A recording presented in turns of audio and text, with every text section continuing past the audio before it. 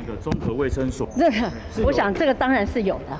新北市卫生局长陈润秋听到关键字，转头离开。新北市前一天拿很多儿童确诊需要处理当作恩恩妈求救，当时卫生局迟没接电话的理由。同一时间，综合卫生所他们也正在处理有一起确诊儿童要紧急送医的案件。新北卫生局声称，当下有其他儿童紧急送医案正在处理，但立委林静怡追查戳破这个说法。4月14，全台小孩重症、中症需要送医的就一个，而这么一个就漏了，做了一整出的戏，是在回应他当时所说的那个准备好了的大话。恩恩在4月14号当天送医，而根据指挥中心4月16号统计，截至4月15号为止，全台中重症儿童累计个案为1名10多岁孩童和1名未满5岁孩童。林静怡质疑卫生局说法有漏洞。另外，恩恩情况危急，但双和医院却拒绝收治。陈润秋则说是医护确诊，量能降载。有医护确诊。